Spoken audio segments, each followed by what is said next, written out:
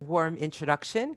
And thank you also for inviting me again to share skills that you know I'm so passionate about, and very happy to be sharing with my community throughout professionals. And I'm also grateful to see all of you. I'm scanning and some people have their videos on, which I appreciate. If you're willing to put on your video, I love to connect through seeing your face or faces. But regardless, welcome. I'm so glad you're here because I am confident, even with some bias aside, I'm pretty confident based on 20 years of experience with this now, that the skills I'm going to introduce you to tonight can be absolutely game-changing for you. They have been game-changing for me at work and at home, and with hundreds and I would even say thousands of people now that I've shared these skills with over the last 20 years. So I'm excited about sharing these skills with you. And tonight is, of course, an introduction. We're going to have about 90 minutes together. So I want to already put on your radar that you might want to learn more after tonight. And if you do, I'm going to be offering a special gift for OP members and people here tonight, which is a complimentary copy of my book, Urban Empathy, that Charlie mentioned, and a folding card that goes over these steps. So if you register for a course I'll be doing in May, so I'm going to put information in about that later. Just want to let you know it'll be coming towards the end of the workshop, or maybe I'll do it now just in case if anyone wants or needs to skip out a little bit earlier. You'll have the information there. And if you're interested in that, just forward me your registration and tell me you were here tonight or you're an OP member, and I'll send you the book. Just send me your mailing address. So also, please get out a pen or pencil and something to write on, because we're going to be doing some exercises. As Charlie said, I really like my programs to be interactive. I much rather have you learn from your own experience than from what I'm going to be telling you. I think our own experience is the best teacher. So we'll do some exercises, and then I'll draw from that to explore some principles together. If you don't have a pen or paper, you can, of course, use your tablet or device to make some notes. And I'm going to put another item in the chat now while I'm thinking of it, which is a reference sheet that we're going to be using tonight during the workshop, and that I think you'll find helpful afterwards as well. So if you want to open that up to have it ready for later, that would be helpful too. So I just want to say the last time I did a workshop for OutPro, it was relatively at the beginning of the pandemic. Seems like a long time ago now that we're more than a year into COVID. And I just want to say, in my opinion, the last 13 months have been crazy making enough, in my opinion, my view. I was listening last week to a piece on NPR with two psychologists, and they were talking about the fatigue that has set in for many people at this point in the pandemic. And they were saying that fatigue really comes from not knowing what's going to happen, things changing all the time. So as human beings, we've been in constant, perpetual stress mode. We are hardwired to run from the tiger, escape, survive, and then we can let go of the stress. But the last 13 months, we've been kind of experiencing a tiger chasing us constantly, so to speak. So we've had enough stress and uncertainty with COVID, being on Zoom 6 to 10 hours a day. So who needs to deal with someone in your life that you find difficult or even crazy making? So tonight, I want to talk about how can you minimize the impact. And at this point, I want to share my screen. And Charlie, I want to ask for your help. Usually that button, you think I would be so familiar with Zoom at this point. Usually it's at the top and you hit share screen. I'm not seeing it, so I don't know. I am host, right, or co-host?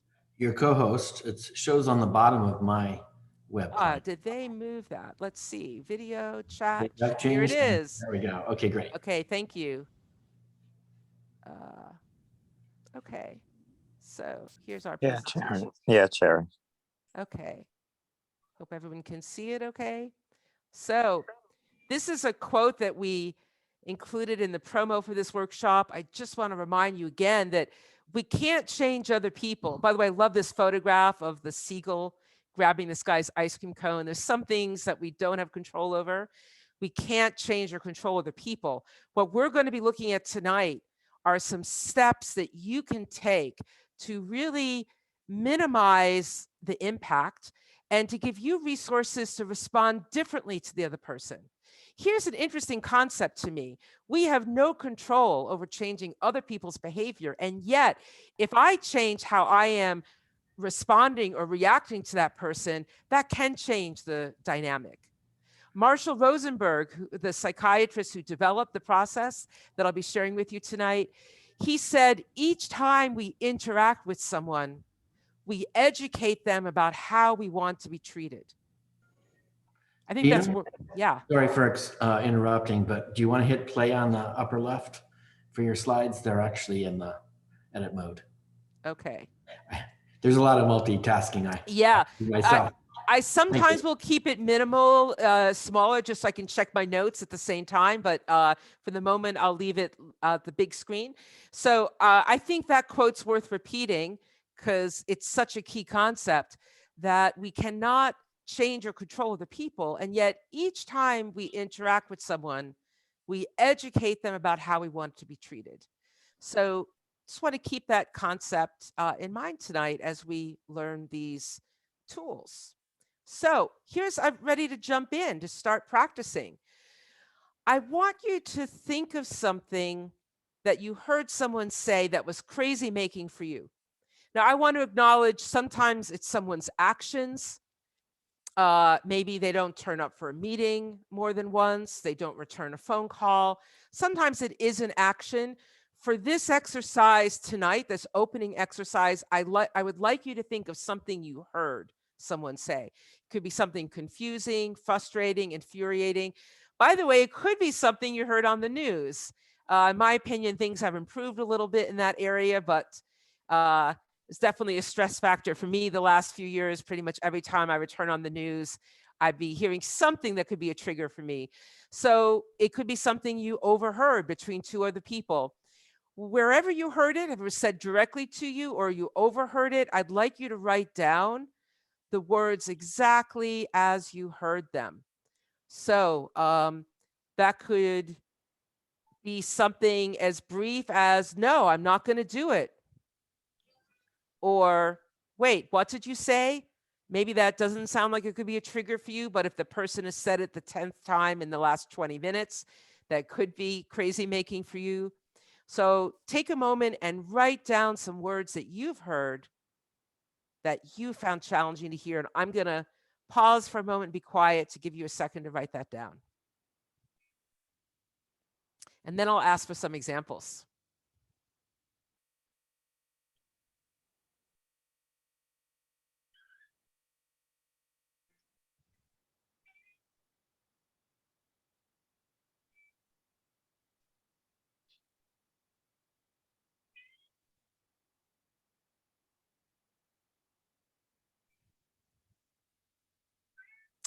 And again, I said this earlier, if anyone joined us after I started, I highly recommend you do the exercise. I will invite some people to share. You're not going to be forced to share. My experience is if you do the exercise yourself, you're going to get a lot more value out of the workshop. Okay, I would love to hear from at least one or two people what you heard that was challenging for you to hear. And I'm trying to stop the video. Let me see. Escape. There we go. Okay. Just so I can see everybody for a second. So I'd love to hear from one or two people. Something that you found challenging to hear. Hi, I guess, can you hear me? Yeah, yes. Go ahead. Thank you. Hi, my name is Rodney. Hi, everybody. Unfortunately, the meeting didn't turn out the way I thought. I'm actually on a long car ride right now. So I'm listen and speak mode only, not video. Okay. And I can't write while I drive. I could, I guess, but I won't try that. So what's in my head is this is the quote that over and over again from my boss. Are you going to be calling into this meeting? But the problem is I always call into the meeting and I always do it on time. So sometimes I get that message at like, 59 after the hour or 29 after. Yeah. Last week I got it at, the meeting was at 30 after the hour. I dialed in at 31, and at the same time she was messaging me. Our last meeting was over at 30. It went over time. So at 31, she was asking. So I said, well, I had to go to the bathroom, and Okay. I'm just not that fast. Well, even without that last detail, which I was fine for because that is a basic human physical need, I can see how that would be really frustrating and get very tiring. So I know you can't see people, but just to give you some companionship, how many of you on the call would imagine that could be pretty frustrating with your boss asking you, are you going to join the call when you've been joining every call for the last year and on time? So just to let you know, a bunch of people raised their hands, so you have some companionship there. Thank you for sharing. Let's hear from one more person.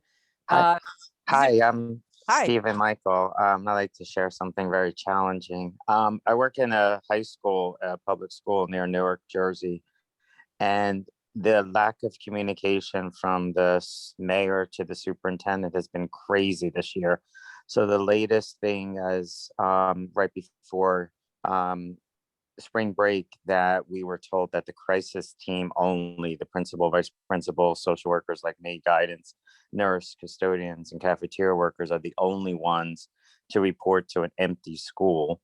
And we have to do the work that we've been doing since, last March 17th, because we're quote unquote vital, important, or whatever, but we have to go into an empty building and do exactly what we've done the entire year at home. We have to do it in school. Now, granted, we're all wonderful people and we want to be there. We want the kids there, but that's just extra challenging right now. And can you give me what are the exact words in that was said between the mayor, I think you said, and the principal that was a trigger for and you? the superintendent, you need to report to school. Okay. And work. I get it. So thank you for the context, and you need to report to school. So that's the statement you're going to work with on the exercise. So thank you for this most recent example, because before we go on to the next step, even if it is a larger situation, a larger conversation, choose the key words that kind of tipped you over the edge. So in this case, it would be, you have to report into work. You have to go into the school building. Physically, yeah. Physically, you have to report to work physically. So so look for the key statement or words if it's a whole conversation. Okay, so I hope everyone has written something down. I think these two examples are really helpful. And now what I want you to do is, I'm going to new share. Oops, let's, where is my PowerPoint? Let's see here. It was open already. Okay.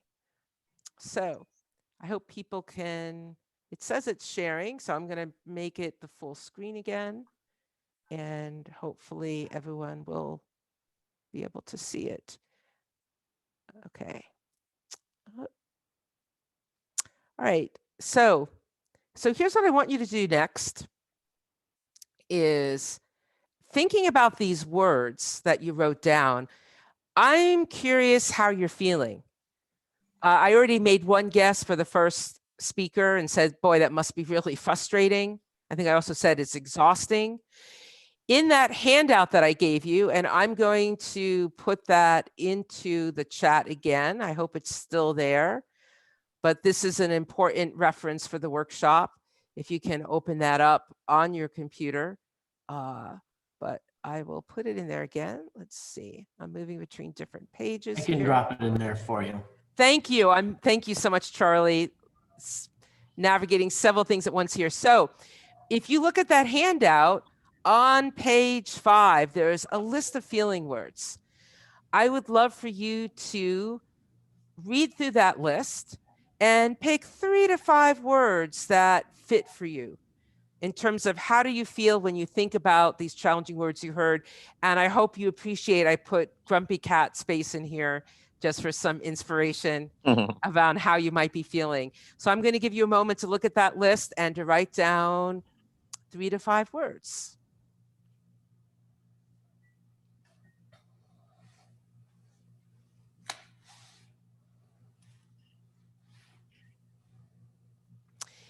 And just to remind you, Charlie, we will be having a breakout room. So if you, just to support you in preparing and how many groups to have, we'll be doing that probably in about 5 minutes.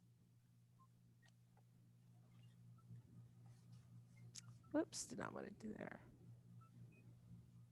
Are we seeing the list yet, or where can we see it?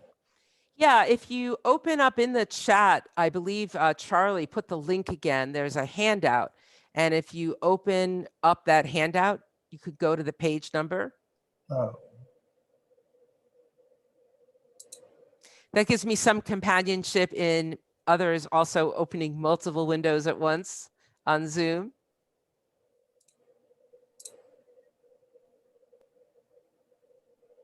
oh, I see. Thank you. It's a link with the ending in a PDF, not PDF.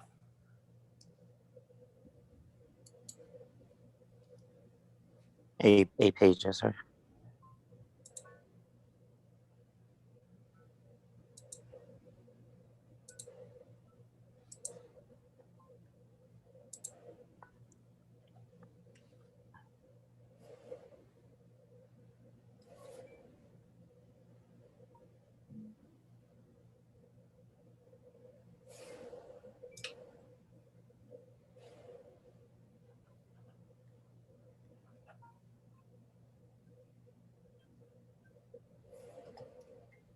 Sometimes people look at this list and they want to choose 10 or 15 words. So a bunch of them may resonate with you. So just see if you can pick the top 3 to 5 that really fit for you when you think about the words that you heard.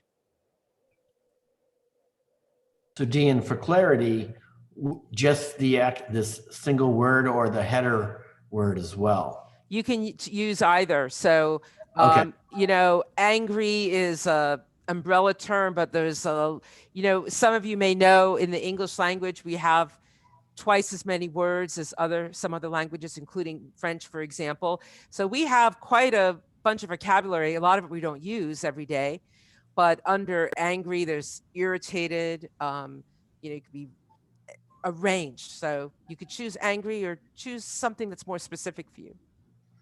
Okay. So just the reason I ask is because I didn't know if we had 2 under afraid or confused, if that affected the exercise. And one other thing, there's a new arrival. So I put the link to the PDF.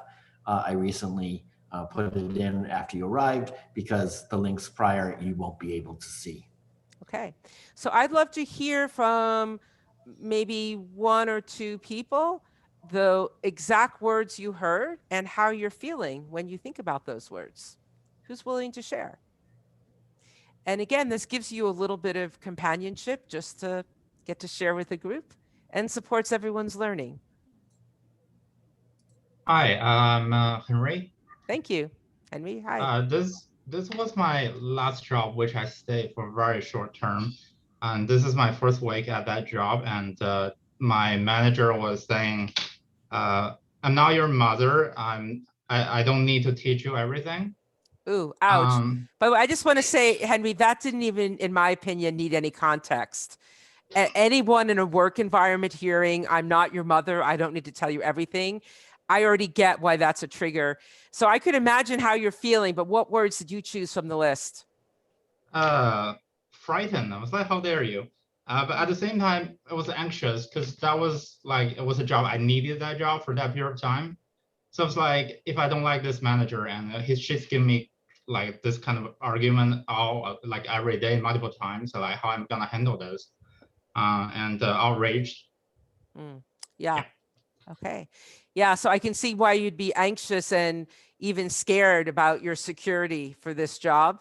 and also outraged. So there's an example of what I was talking about with Charlie. There's a spectrum regarding anger. You can be irritated or furious or outraged, and I can understand why you would be at that level of anger given this situation. So thank you for sharing. Let's hear from one more person. And by the way, just out of efficiency, my request is to just share the trigger words. If we need more context, we can ask you, but as Henry just illustrated, often the trigger words are enough. So let's just hear the trigger and how you're feeling.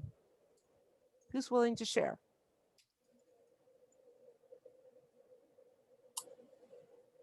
Thank you. Go ahead. Hi, my name is Jamie. I apologize for being late. I completely was absorbed in something else. So something my boss says to me all the time is when I ask a question and want to have a conversation and a dialogue about something, she just says, it's your job to X, Y, Z. Okay. Instead of being able to have a conversation. And Okay. my overarching thing was annoyed, just exasperated because it happens all the time. And I imagine it's also probably frustrating. I don't know if that fits, and exhausting, it sounds like.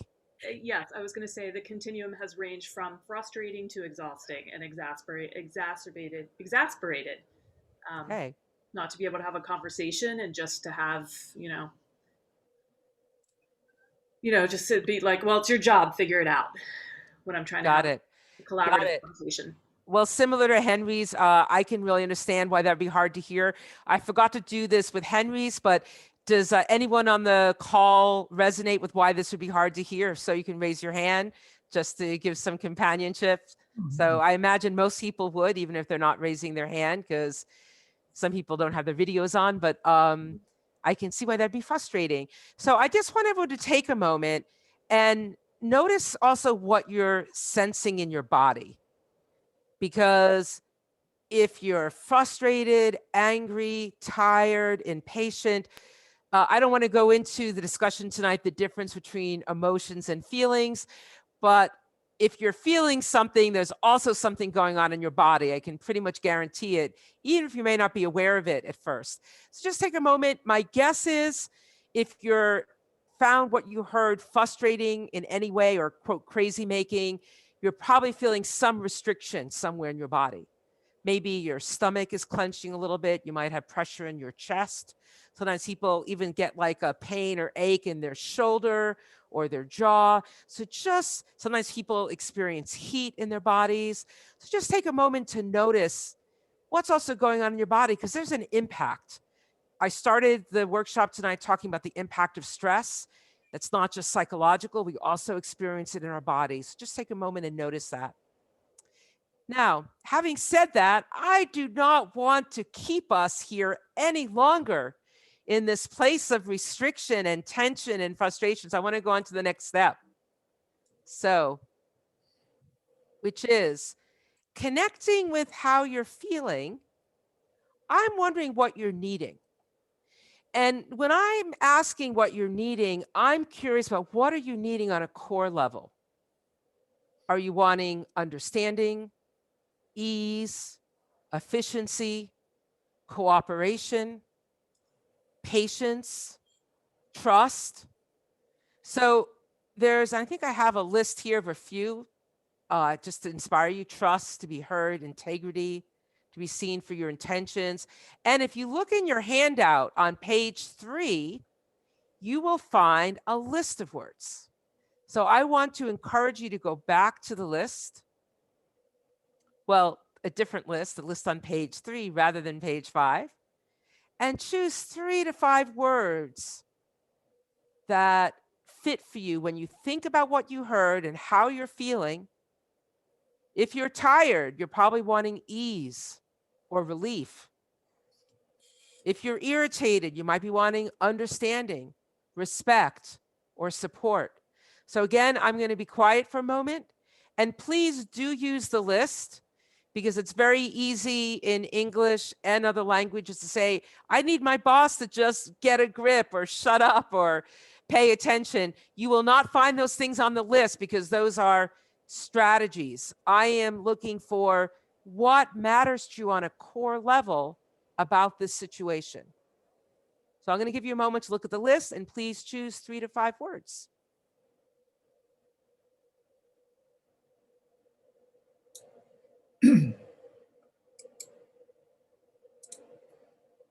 This is the needs inventory that we're. Exactly, the needs inventory. So we started with feelings, and the feelings actually point us to what our needs are.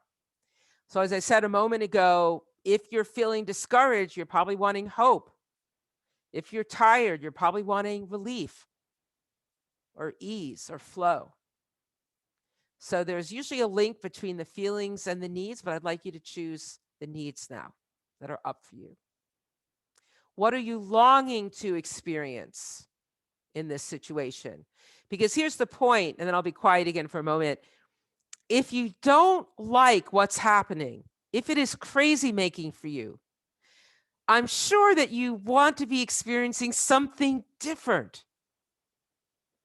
So what are you wanting to experience? That's what this list will help you identify on a core level. Why does this really matter to you? What's driving it?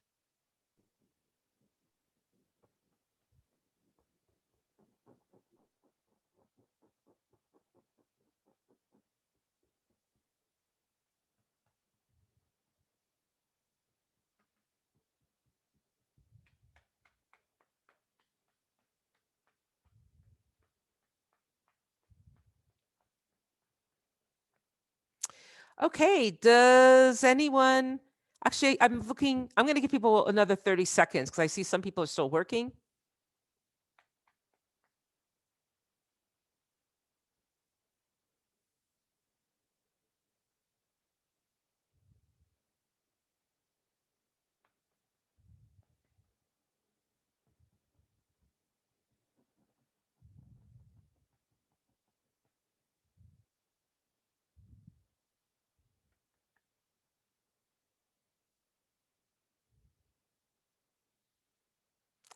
Okay, so let's hear from one or two people. I'd like to hear the trigger statement, just the trigger, please. Again, we can usually do without the context. The trigger statement, how you're feeling, and what are you needing? And if you've gone already, you could go again and add the needs, or if you haven't gone yet, you're welcome to share now. And by the way, this is a perk of working at home. Who's willing to go?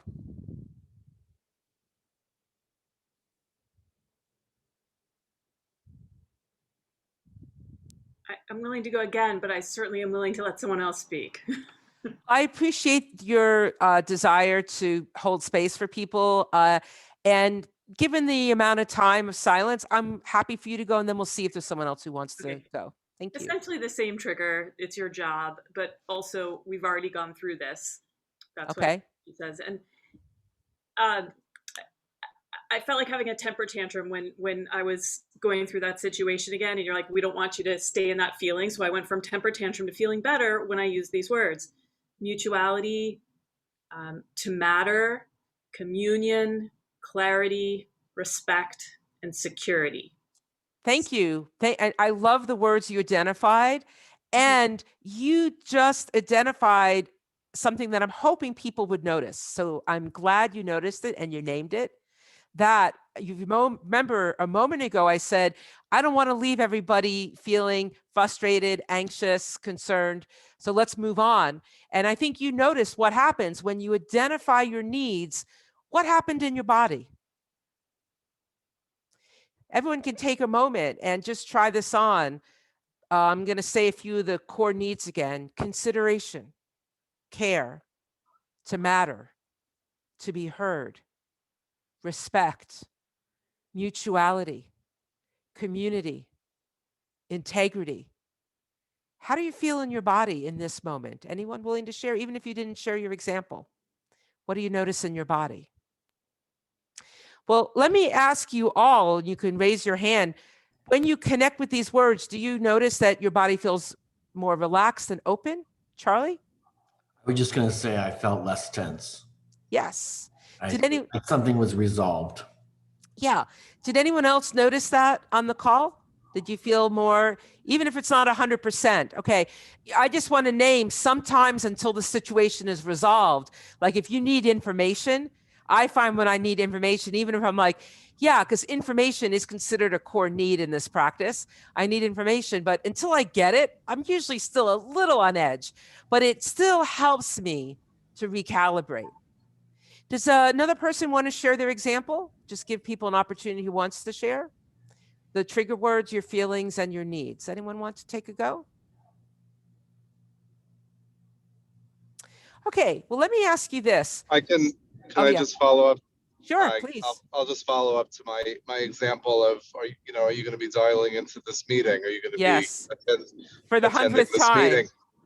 Right. So I'm not looking at a list of words. I'm making up my own words in my head, but definitely respect, honesty, consistency, transparency, because in my view, there's something going on Yeah, that so it's, that I'm not understanding. Yeah, so it sounds like also maybe longing for openness, authenticity. Yep, openness, like what's really on your mind? Yeah. Why are you asking me these ridiculous questions like I'm, a kindergarten student when I'm not even doing anything wrong? Like I haven't done anything wrong, and you're being punitive. This is like some sort of admonition. Yeah, and hearing you say that you haven't done anything wrong, I'm imagining you might also have a need for understanding. Yes. To be seen. Definitely. To be seen for your intentions. And Yep. there's one that's really standing out for me like an elephant in the room. I don't know if it resonates with you, but hearing your situation is trust. Yes. Very difficult to trust in a situation like that. Yeah. And you never know what you're going to get. You never know what's coming at you. So I want to give you a little coaching here that I'm hoping will help everybody in practicing this. Because what I think is, I forget, is your name Stephen, the person who's calling in? No, I'm Rodney. Rodney, sorry, excuse me. Thanks, Rodney. No problem. That, I noticed, I just heard you say, Rodney, yeah, I said trust. And I said, yeah, I think I heard you say something like, it's really hard to get trust in a situation like this. So it's very easy for us as human beings, when we hear one of these core values, to flip it back into what's not working. So if you pick respect off the list and say, yeah, respect, that's one of the needs I want in this situation. It's so easy for our human brains to go back to, and I never get respect, and he'll never respect me. So we're going back into the story. I want to coach you, Rodney, on this and everyone, because this process works if you stay focused on the need as met. I am longing for respect. I'm wanting trust. I'm wanting to be seen with accuracy. Another one, Rodney, I could imagine is wanting some shared reality. Because what I heard you say is you have made every call, except for one time when you needed a bio break and you were 1 minute behind. You've been on time. Right. And exactly. So it sounds like you'd really like some shared reality here too. So we're going to be moving in the workshop into how you can actually use these tools or process and dialoguing with the other person if you want to. But regardless, even before, if you don't even have that conversation, you will get benefit from this process if you focus on the need as met. I'm wanting trust rather than, oh, I never get trust. Does everyone hear the difference? I'd like you to try it out for yourself and your body. Take a moment and connect with trust. I love trust. I love all the words on the needs list. What's not to like about them? Trust, community, support, integrity, communication, clarity, understanding, acceptance. How do you feel in your body? I feel open, warm, relaxed. Now try, yeah, I never get trust. She never trusts me. What do you notice in your body? Anyone? I'm sure even, I'm curious why people are quiet, because my guess is you're noticing some difference. If you're not comfortable speaking, I'd love for you to put it in the chat. My guess is when you go back to, yeah, I never get trust. She'll never trust me. My guess is, and I'm not a gambling woman, I'm a Quaker, I'm not supposed to gamble at all. My guess is, I'd bet $100 on it that you're starting to clench up again. Because when you go into, oh, I never get trust, you're going back into the judgment and to the story. What we're focused on in this process is noticing what you experienced without judgment, what you heard or what you saw, what your internal response is. How do you feel in your body, in your gut, when you hear those words or see that action? And then what are you longing for? What would you like to see in life? This is positive psychology made manifest. So you relax. Now, here's the question, and I'd really love for someone to answer this question. When do you think you're going to have the more effective conversation? Rodney, I appreciate you've been so willing to participate. Do you think you'd have Yes. a more effective conversation with your boss going into the conversation thinking, yeah, she just doesn't trust me. She doesn't respect me. She treats me like a 5-year-old, or connected with your desire for respect and trust and understanding and shared reality? When do you think you're going to have the more effective conversation? What do you think? Yeah. Whoops, you're It's, break. I mean, that's a difficult process, isn't it? You just said like going into it without judgment, but that's, you know, often when you're in like a work situation or high pressure work setting, it's almost like, you know, things are happening fast, and you Yes. may jump to that. You may jump to that judgment, Yes. and Yes. that undermines. I agree. And when you're new to this practice, you're going to be pulling out that feelings and needs list a lot. Right. If you register for the 6-week course and email me your address, I'm going to send you a folding card that's like a cheat sheet you can keep in your pocket with these feelings and needs on it. What I find, because I hear your concern, what I'm hearing you say, Rodney, basically is, Dian, okay, this sounds good. It would make a difference. But when I'm at work and things are moving quickly, I don't have time to look at my feelings and needs. Well, my experience is, Right. I find it's almost a little embarrassing to say I have like 4 or 5 feelings and needs that come up most consistently. For whatever reason, when my needs are up, I'm usually frustrated or irritated. So once you've been practicing this a little bit, it becomes more efficient and you get to know your feelings and needs more. But here's the thing, even if, and I appreciate, Rodney, you didn't even have the list. You're new to this. You've just been listening in for like half an hour. And you got the concept. When you said you weren't looking at the list, I was a little nervous. I was like, oh, I wonder if he's going to pick things like, well, I want her to stop asking me. No, you got it. You named the needs. So my point is, yeah, the list is helpful. But if you think of the abstract qualities, they're not tangible things like a car or a phone call or a house. These abstract qualities, what are you longing for in a core level?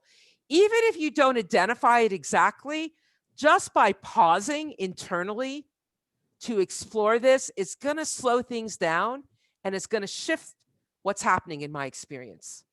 Because I actually asked Charlie to ask me this question at the end of the workshop. What's the most important? Sorry, Charlie, I'm taking one of your questions away. Just because it's in the moment now. Because I said, ask me, what's the most important part of this process? This is it right here. Self-management. See, that's really interesting, Dian. It's counterintuitive, because if you asked me before hearing from you, what's the most important part, it would be confronting the person. Not confronting, I don't mean in an offensive way, but resolving it together. But you're really saying resolve it on your own. Well, at least you can't always resolve it together. Yeah, that's true. It's not always possible.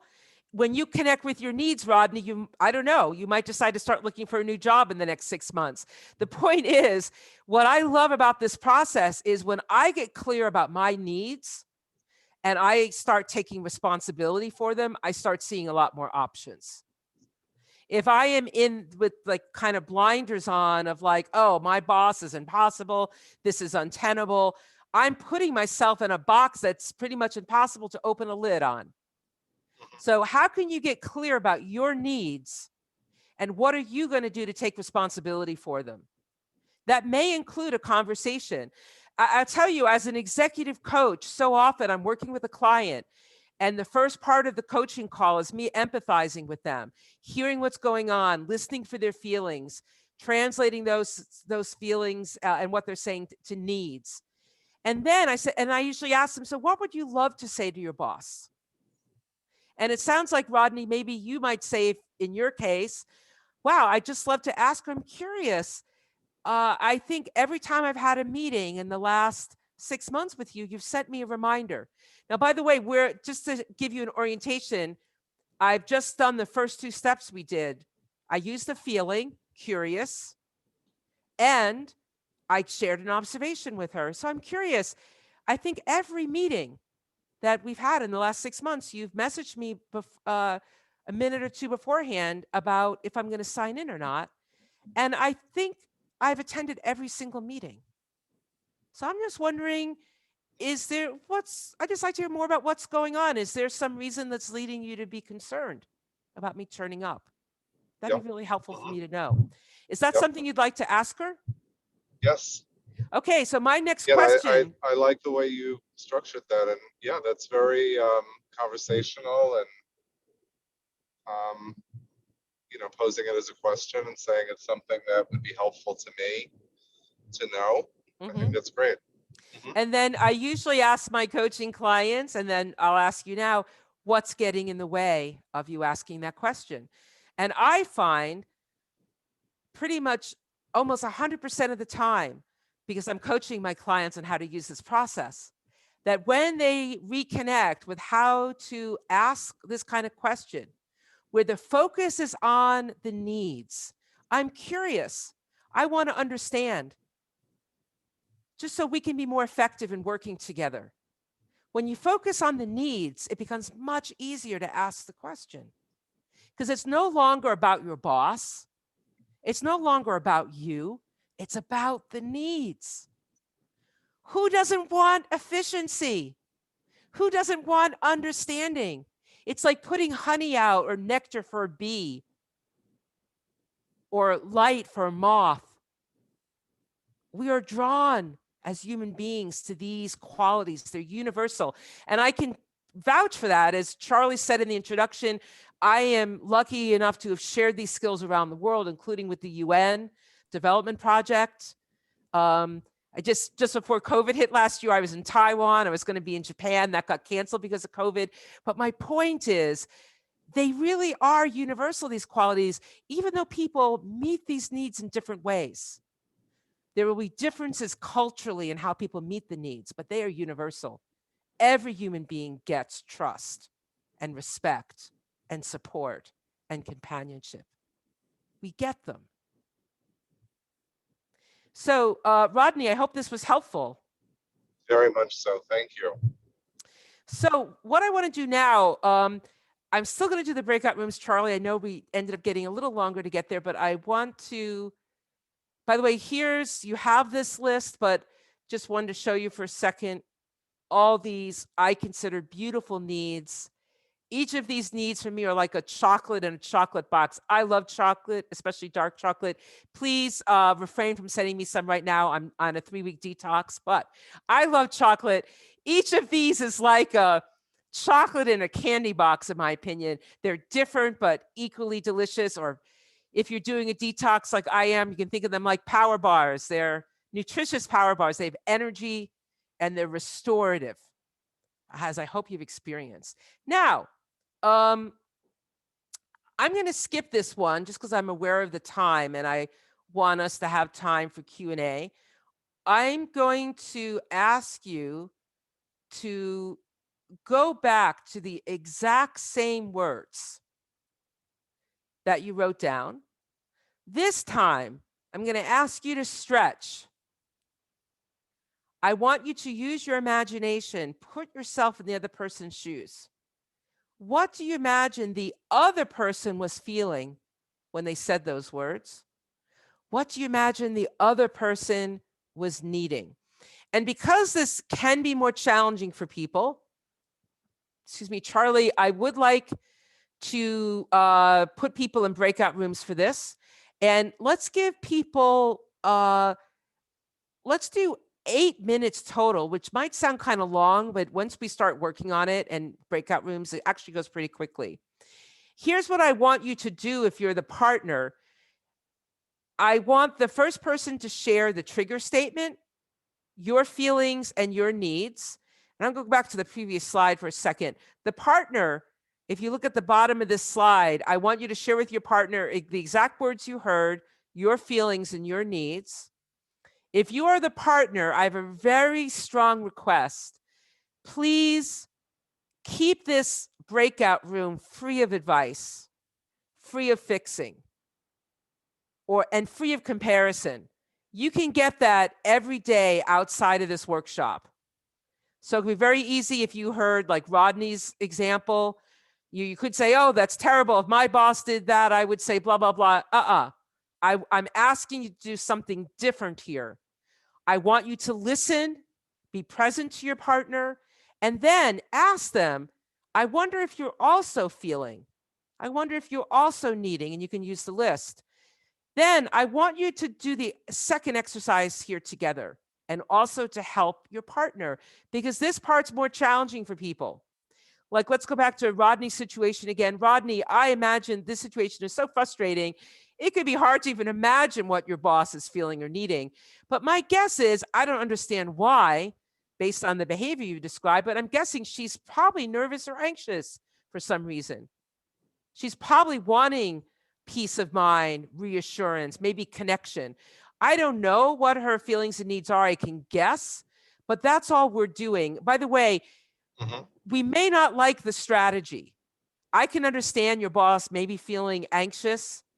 You know, like I said at the start of the workshop, I would be surprised if anyone is not feeling fatigued at this point, given what the year has been like. So we've all had a rough year, even if we haven't been sick, even if we haven't lost someone in our family or lost her job. It's been a challenging year. So she's probably has a heightened anxiety level. I don't like the strategy. I wish she could find a different strategy, and I could still guess what her feelings and needs might be. So I've given everyone that example. You may not agree, Rodney. That's okay in my view, because we're just guessing. But even guessing has a value. So I want to check before I ask Charlie to put everyone in a breakout room. And Charlie, there's a way to send a message to people when we're halfway through. If you're not sure how to do that, I'll try to figure it out so we can let people know to help with time management. But regardless, we will have 8 minutes in the breakout room. And please help your partner to identify what the other person was feeling or needing when they said those words. Okay? Any questions before Charlie matches you with another person in the group? To see this list somehow, or can you post that in the messages when you send Yeah, it out? if you there's a link that Charlie put in the chat. That's a That's PDF. it too? So that Okay. has all the feelings and needs words in there. And you can access that even when you are in the breakout room. You will not be able to see the PowerPoint, I believe, when you're in the breakout room. So that PDF I list. can use instructions like exploration 1, exploration 2. Ah, I got it. Yep, I can. Hold on a second. Thank you for clarifying. What I'm going to do is stop my share for a second, and I will put these instructions in the chat. Thank you. And you will not be able to see them, I think, in the chat. However, whoops, at least for people who are visual learners, it might be helpful. Okay, copy.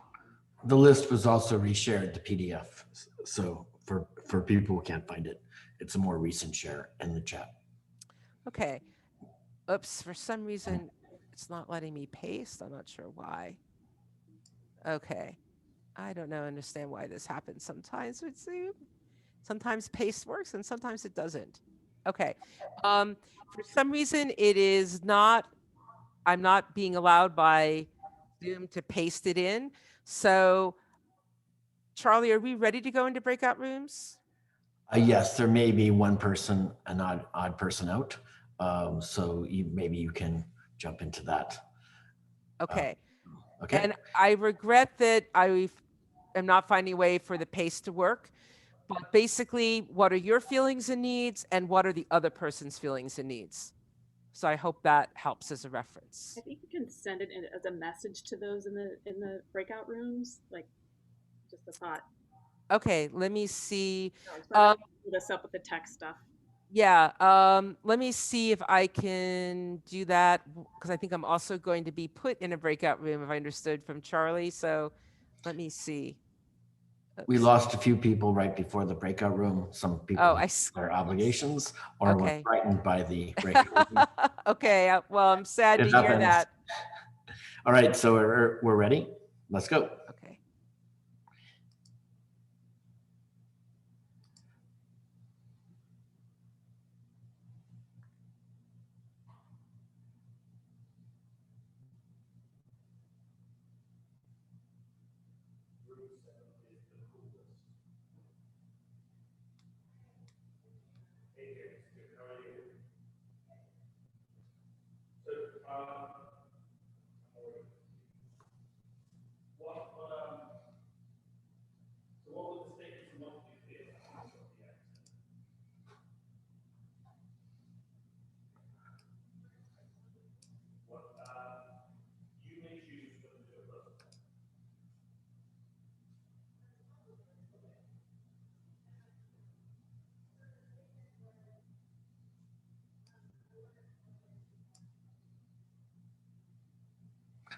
Hi, Rosa, are you there?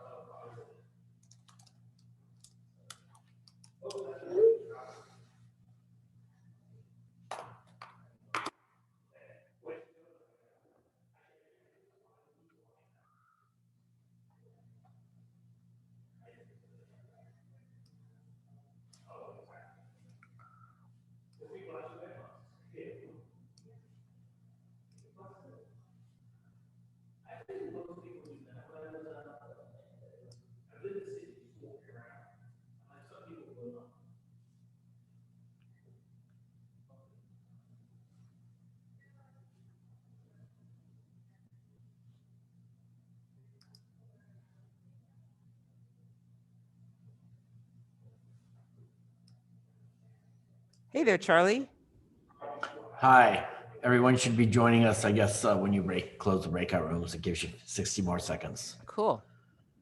So Thanks for doing that. It's almost unimaginable for me how I could have done that in addition to everything else I was doing. So I'm so relieved that you took care of it.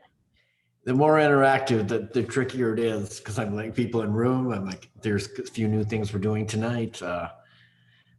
It's less passive, but I also think that's more valuable for people. So Yeah, I'm sad that some people left, you know, and I understand if maybe they just weren't after being, as you said, on Zoom meetings all day, they might not have wanted to take the energy to be in a breakout room. So I can understand that too.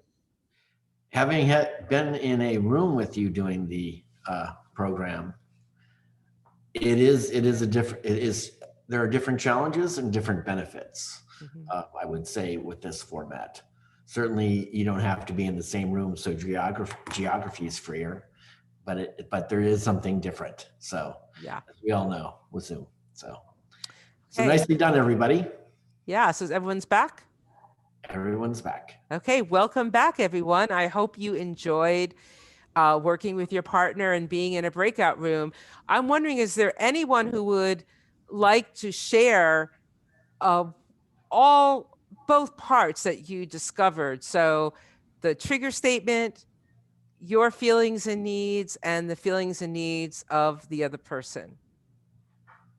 Just so we'll hear the whole shebang together.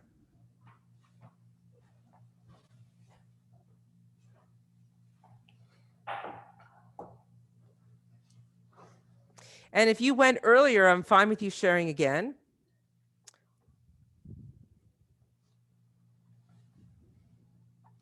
And by the way, just to encourage you, if you've noticed, if you share, you might get a little coaching and support. So rather than signing up to be one of my executive coaching clients, you can get a little coaching now for the workshop here that you're in. If you scroll back a little bit, a couple of people did put the process in the chat, and okay, that's more comfortable for them. Okay, great. Thank you, Charlie. So Dian, since nobody had jumped up, I'll just give you a phrase and what happened, okay? Okay, thank you. All right. So I had a phrase in a text, actually, believe it or not, or an email, I guess I should say. And the phrase that ticked me off was the phrase "eye of the tiger." Okay, and that came from someone that I'm trying to please. And the responses that I found in your list were bewildered, perplexed, exasperated, that kind of thing, irritated. And then and my needs were integrity, appreciation, empathy, to be understood. Now, when we had our discussion just a minute ago, the reply was what the other person's needs are, the other person's feelings would be motivation, and then the other thing about their needs is like to trying to find a meaning or stimulation. Okay, thank you. And I'm not so familiar with that expression. You said it's the eye of the tiger? Yeah, the eye of the tiger is a kind of a ridiculous phrase that came out of a movie title, which was, I don't even know how many decades ago, but somewhere along the line it got incorporated into American, vernacular. Okay. And it seems like it means nothing anymore. And I'm just wondering, why do I get this kind of response? Okay. So thank you for sharing. And I really appreciate that you were able to identify your own feelings and needs and make a guess about the other person's feelings and needs. And I'm wondering, did you find this process helpful? Well, I personally found it very helpful to hear from somebody else who had a whole different perspective than I did. So that was something that I wouldn't have thought of. Okay, I wouldn't have thought of somebody trying to inspire me or anything like that to that effect, and that they were somehow thinking that this was going to be a stimulating thing for me, because it certainly rubbed me in the wrong way. Yeah, and so it sounds like, if I'm understanding accurately, it was helpful to get support from another person on this. I'm having a little trouble hearing you, but is that accurate? Yes, that's actually true. Yeah. There was, this helped me because it helped me to get support from somebody else. Right. Well, by the way, one thing that's really popular in the NVC community, this practice is most often called nonviolent communication.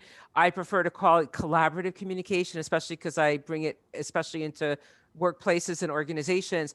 But it's very popular to have what we call empathy buddies. I have 3 empathy buddies. By the way, my 3 empathy buddies have been my empathy buddies for more than 15 years now.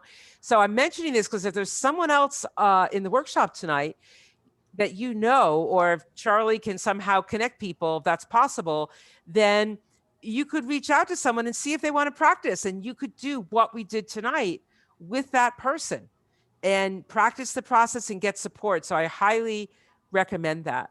And Charlie, if you're willing, I can also send people some follow-up resources, including a handout on how to set up an empathy buddy. So Yes, like last time, you'll get the list to be able to email people and invite them to join your list and whatnot. awesome, perfect. So I will send that to everybody.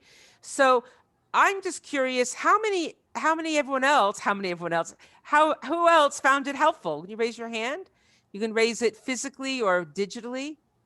So anyone find it helpful? Okay. And I'm not seeing everyone's hands, so seeing some hands. I just want to check if you didn't raise your hand. Like Carol, if you're willing to even put in the chat, did you find this 0 helpful? Because if it was a big fat 0, I want to see if I could support you somehow. Because I find if people don't get any value from it, they might be missing a feeling or need. So was it a 0 for you, Carol? If you don't want to speak, if you could put it in the chat. I think it's helpful. Okay. Great. Thank you for letting me know. So I'm curious, how was it helpful? And then I think we'll have just enough time to do a little role play. How was it helpful? Anyone to speak to that? I have to say, I have empathy buddies at work, people who know my boss and, can empathize with me in that sense. But it was really helpful to talk to an outsider who doesn't know my boss, who doesn't know me even, and could just look at it with that kind of, and maybe not even in the same industry, So I think there's incredible value to connecting beyond our usual circle of people. Yeah. And to also have someone hold the space while I thought about what is going on in my boss's mind, without the drama, without the character assassination, without any of that, which is so easy to get drawn into with my friends and my sister and my coworkers that know this person. And they, it's just, you fall down that trap and I lose the ability to be objective about something because I'm just caught in the history or caught in my emotions. And so I think in that sense, this is very helpful. Yeah, thanks, Jamie, for sharing that. And this is why I asked everybody to keep this space free of advice and fixing, because that's so prevalent in our dominant culture.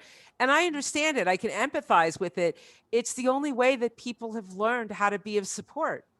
Where did we learn in our culture how to be present to someone and just to listen, or to listen for their feelings and needs? So if you know someone you want to share the list with or invite to do the course with, I'm going to put the link in. I'm offering a 6-week course starting in May on somatic-based empathy, which if you want to work on your self-management skills and to have more connection with your body, this, in my opinion, is going to be a very powerful course. So again, if you register for that, forward me your registration with your mailing address, and I'll send you a copy of my book, Urban Empathy, and also a folding card with the 4 steps in the process and feelings and needs. So, and we'll be doing, by the way, lots of breakout rooms in that course. You'll get to work with other people. It's one of the benefits of doing an NVC course. It is very interactive, at least the ones that I lead. So I would like now to do a role play. I'm wondering, does someone have a situation, and maybe one that someone shared already, Rodney's or Henry? We kind of did this already with Rodney's a little bit, but does someone have a situation that you worked on that you'd actually like to see role played a little bit? Because basically, once you have empathized with yourself and bonus, guess the feelings and needs of the other person, if you do want to have a conversation with them, you already have all the ingredients because you've identified your feelings and needs. Your body is more relaxed and open. By the way, another key concept I learned from Marshall Rosenberg, who developed this process, is that unexpressed fear is almost always interpreted by the other person as aggression. I hope you got that concept. It's powerful. Unexpressed fear is almost always experienced by the receiving party as aggression. The example I like to give is if you think of a dog that's snarling, that dog, we think, oh my God, that dog's dangerous. That dog's aggressive. That's how we label that dog. That dog is scared. So thanks, Charlie. That's the quote. Charlie put it in the chat. So this is so important to connect with your own feelings and needs before you go into the conversation, because fear is a broad spectrum, as I said earlier, just like anger. So even if you're anxious and you have not connected, I had a meeting this morning that was really important to me about someone I potentially could be collaborating with, that I'm really excited about collaborating with. And before going into the call, I noticed I was feeling really anxious. And I said to myself, wait, I want to take a few minutes to self-connect before I get on this call. And I went through this process internally. I took like 2 minutes, 3 minutes, how much I was looking forward to connecting with this person, wanting connection, wanting collaboration. And then I felt much more calm and relaxed going into the call. And by the way, I'm really happy with how it went. I so enjoyed talking with the person. She said, let's make another call. I'm really interested in working with you. So now we have another date set up. So I find this stuff really works. But anyway, I think we have just enough time to do a role play. Would anyone like to see what that would sound like?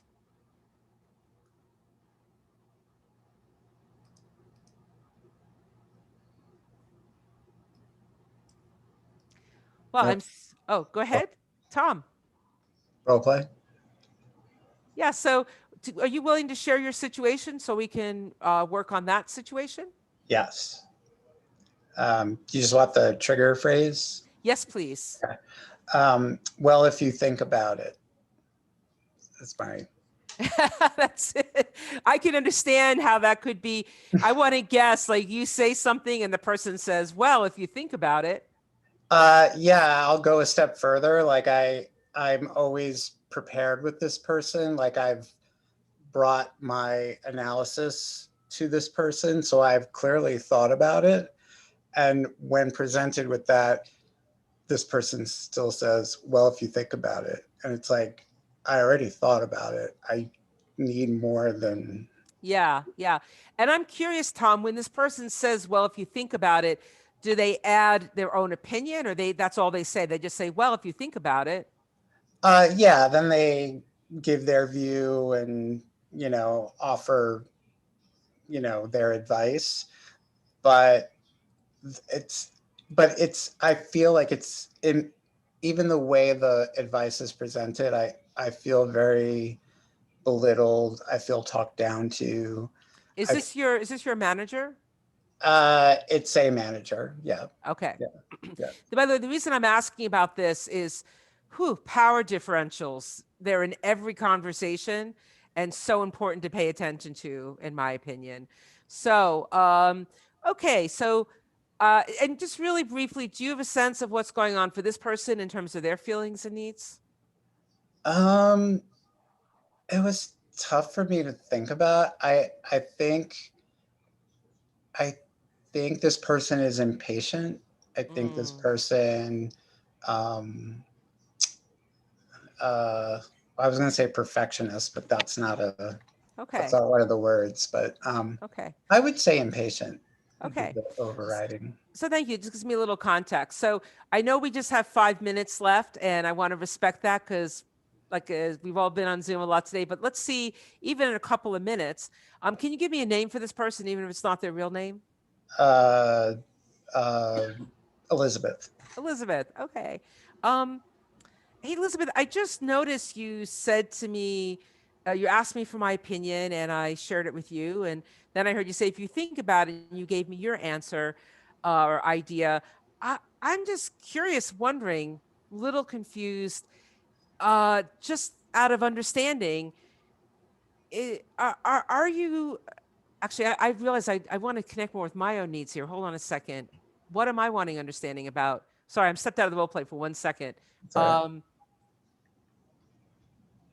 Actually, I would take a different approach, and I appreciate there's a power differential here. So I'm pushing the envelope a little bit, but I'm noticing my own irritation, and I want to be authentic and be in my own power around that. So rather than just being curious, I'm going to take a different tack here.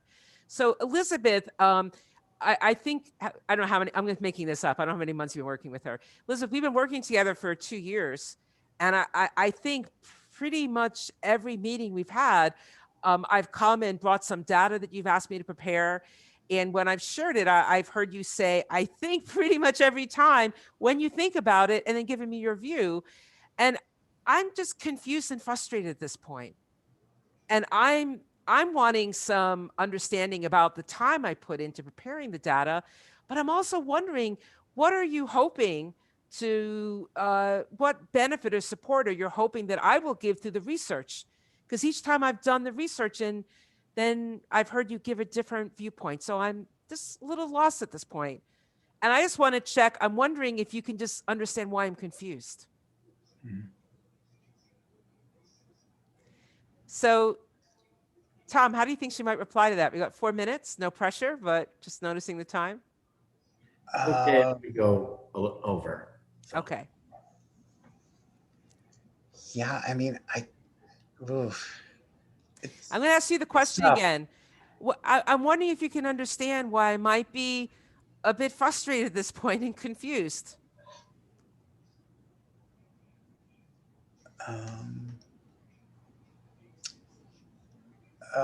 Well, we need to get this done, and I so Elizabeth, feel like we're going down the wrong path. Yeah, so Elizabeth, what I'm hearing is that you want to get this done and you think I'm going down the wrong path. And I'm also curious if you heard my concern, because I'm hearing you want to get it done, and I also want effectiveness.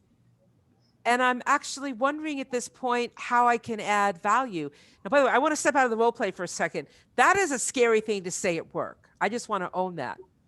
Most people, and this is why there is, in my view, a crisis in the workplace, because people, understandably, they're often nervous to name the elephant in the room. In my experience, though, when you name the elephant in the room, that's when change happens and effectiveness happens and efficiency.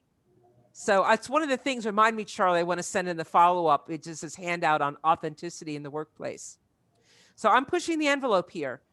I hear you want to get it done and you want efficiency. And at this point, after 2 years, I'm wondering how we're actually supporting that by me doing the research. And then, so I'm curious, Elizabeth, is there something you would like me to do differently next time that you think would be more helpful?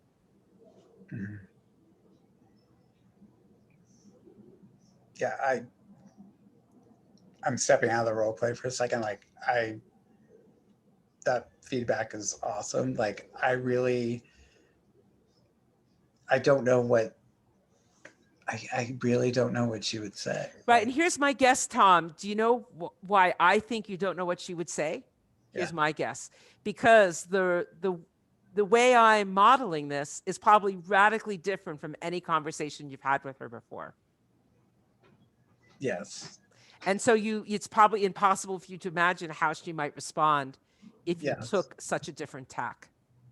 Yes. And something goes back to what you said about the state of the workplace and naming the elephant in the room. Like a lot of times we just don't feel safe to do that. Yeah, I totally get that. And that is, I give so many presentations on this about what leads to a lack of authenticity. It's a loss of trust.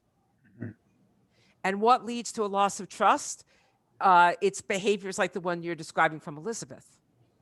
And so my question is, anyone on this call who's a manager, or even people that you work with, your peers, how are you interacting? Remember earlier in the workshop, I said, each time you interact with someone, you're educating them about how you want to be treated. Each interaction, I know that can be a little overwhelming, but think about that when you're interacting with people. Do you want openness and trust and authenticity? If so, what can you do to support that? And by the way, Tom, there's a practice that I call stacking.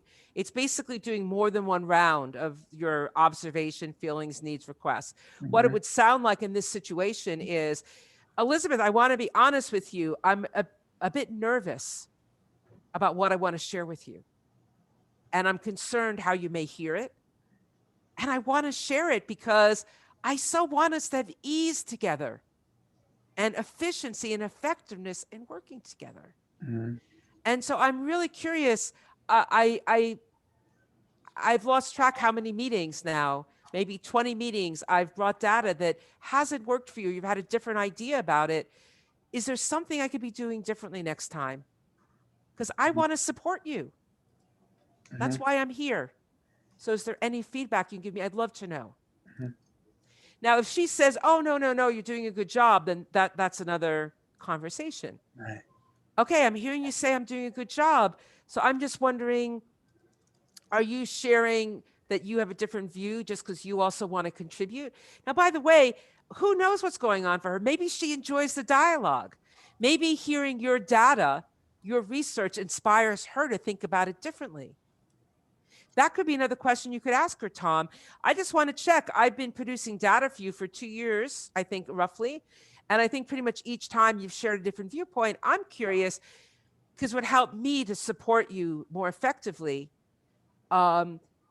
Is it that you're enjoying the discussion, or is the data that I'm bringing to you really off and missing the mark? That'd be helpful for me to know. I could see where she might enjoy the discussion, actually. I think just, I don't know, I just perceive her delivery and her dialogue as me being incompetent, but maybe that's just my own insecurity. Yeah. And I totally get that. And this is why people are, because where the anxiety comes from, because people are concerned about their security. They want to keep their jobs. And so if you're comfortable, and I want to emphasize this, one of my favorite, boy, I don't usually mention so often Quaker in a workshop, but it's coming up again. One of my favorite Quaker stories is John Fox, the founder of Quakerism, goes and visits William Penn. This is like in the 1800s, I forget, 1700s. And at that time, guys wore swords as part of their outfits, ceremonial swords. But Quakers are pacifists.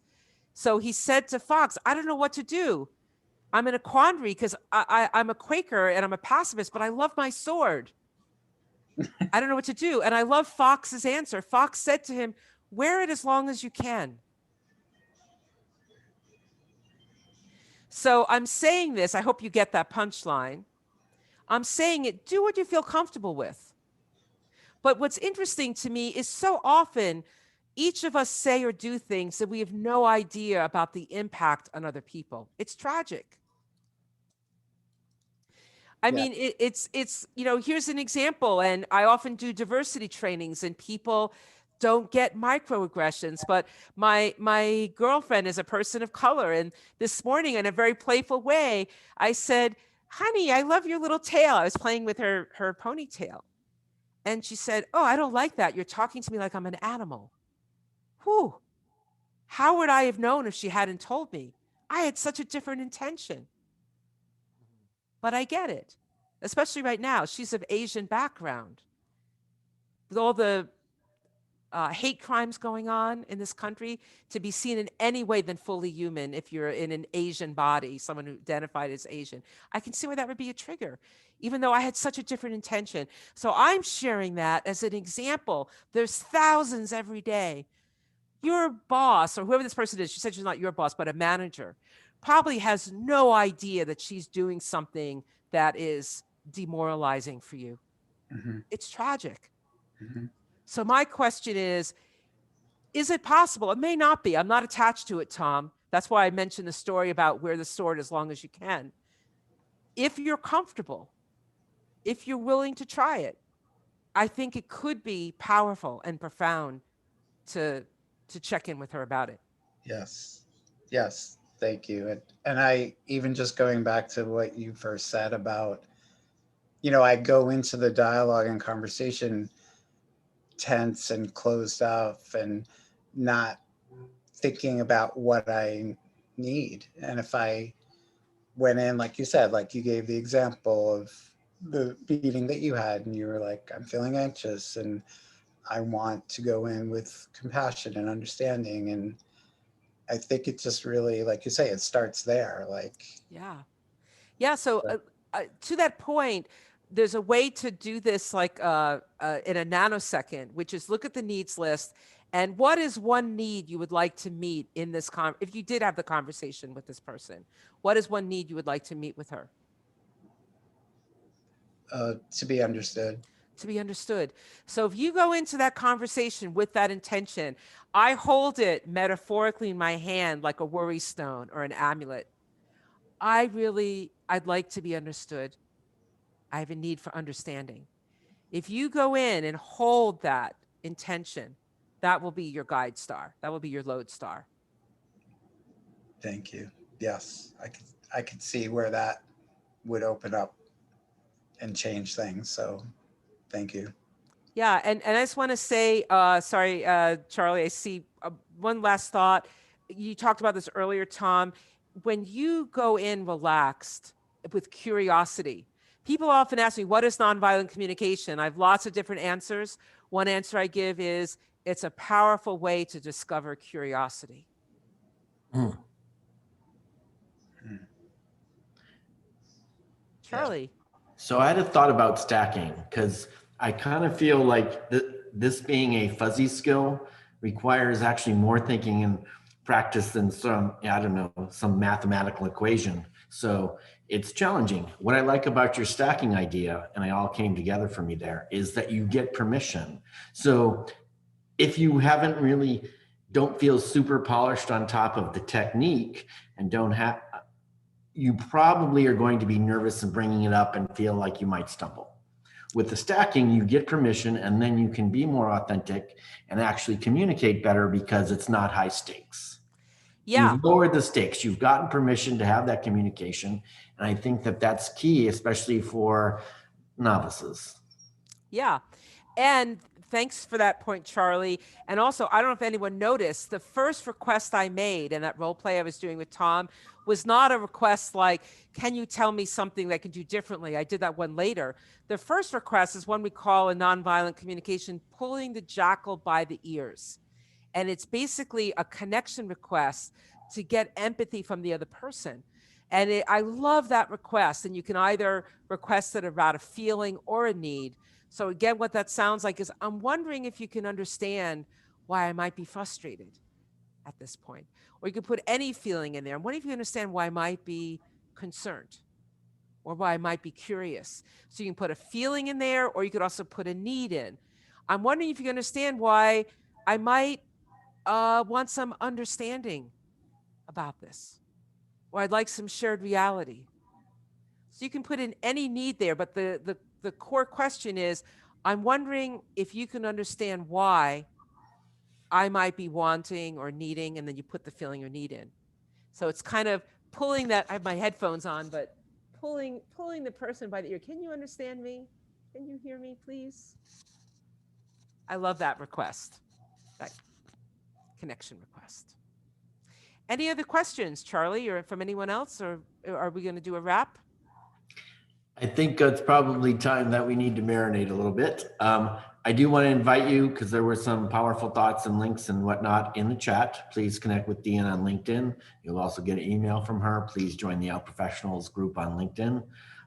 If you want to save that information, you click on the 3 dots above the chat box, or to the right of the back chat box, and you can pull down Save Chat and save the public chat to your computer as a text file.